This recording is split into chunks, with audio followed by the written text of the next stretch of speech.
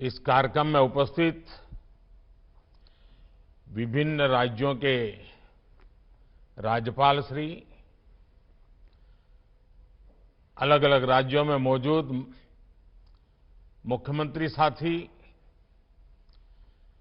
केंद्रीय मंत्रिमंडल के मेरे सदस्य, राज्यों के मंत्री, सांसदगण, विधायकगण, अन्य जनप्रतिनिधि और मेरे परिवारजनों,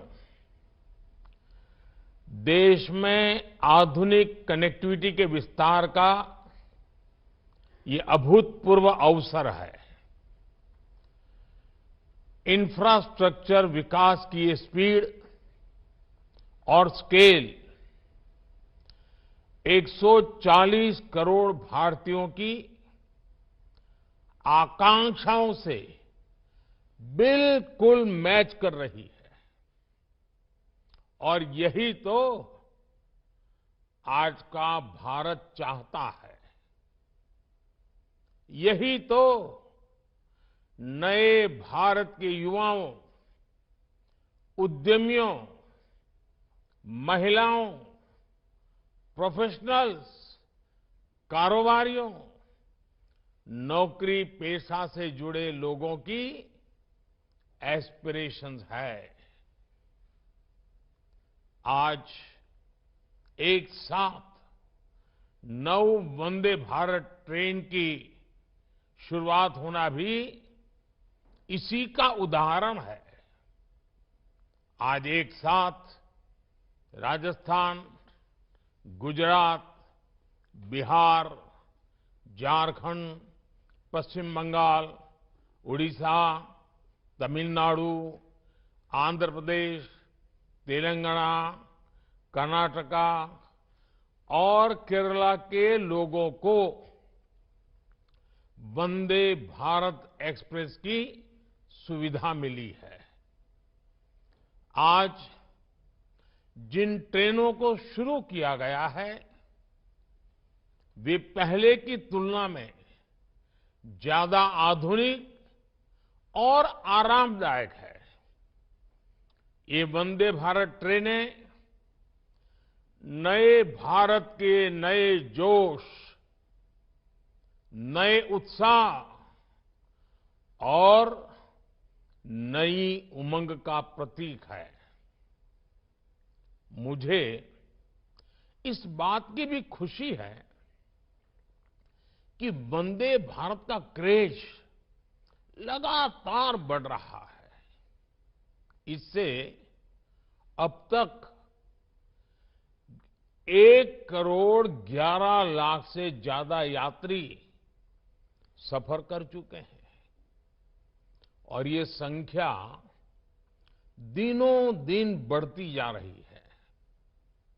साथियों, देश के अलग अलग राज्यों और केंद्र शासित प्रदेश के लोगों को अब तक 25 वंदे भारत ट्रेनों की सुविधा मिल रही है।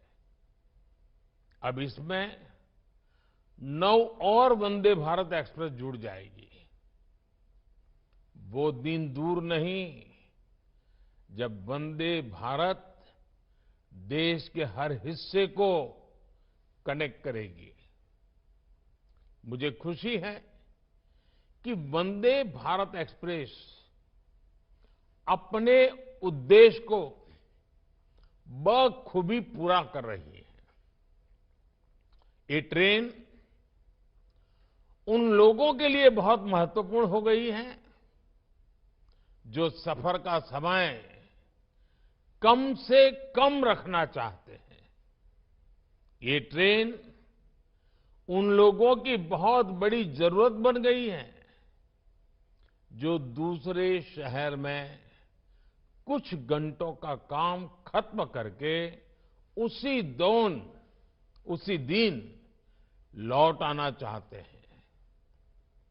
वंदे भारत ट्रेनों ने पर्यटन और आर्थिक गतिविधियों में भी तेजी ला दी है। जिन जगहों तक वंदे भारत एक्सप्रेस की सुविधा पहुंच रही है, वहां पर्यटकों की संख्या बढ़ रही है। पर्यटकों की संख्या बढ़ने का मतलब है वहां कारोबारियों, दुकानदारों की आय में भी बढ़ोतरी हो रही है।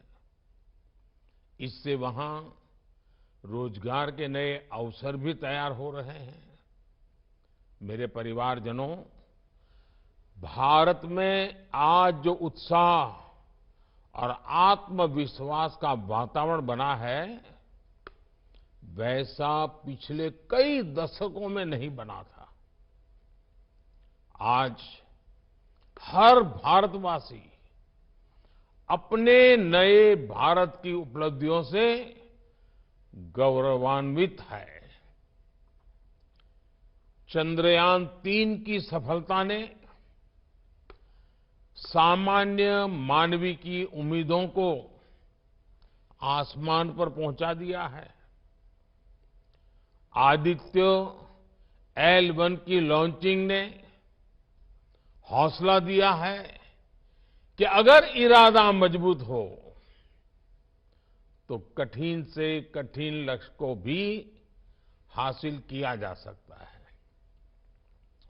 G20 समिट की कामयाबी ने ये विश्वास दिया है कि भारत के पास डेमोक्रेसी, डेमोग्राफी और डाइवर्सिटी की कितनी अद्भुत ताकत है। आज भारत के कूटनीतिक कौशल की दुनिया भर में चर्चा हो रही है। हम हमारे विमेन लेड डेवलपमेंट के विजन को दुनिया ने सराहा है। अपने इस विजन पर आगे बढ़ते हुए सरकार ने संसद में नारी शक्ति वंदन अधिनियम पेश किया था। नारी शक्ति वंदन अधिनियम के आने के बाद हर सेक्टर में महिलाओं के योगदान और उनकी बढ़ती भूमिका की चर्चा हो रही है। आज कई रेलवे स्टेशनों का संचालन भी पूरी तरह से महिला कर्मचारियों द्वारा किया जा रहा है। मैं ऐसे प्रयासों के लिए रेलवे की सराहना करता हूं। देश की सभी महिलाओं को नारी शक्ति वंदन अधिनियम के लिए फिर से बधाई देता हूं। साथियों, आत्मविश्वास से भरे इस माहौल के बीच अमृतकाल का भारत अपनी वर्तमान और भविष्य की जरूरतों पर एक साथ काम कर रहा है।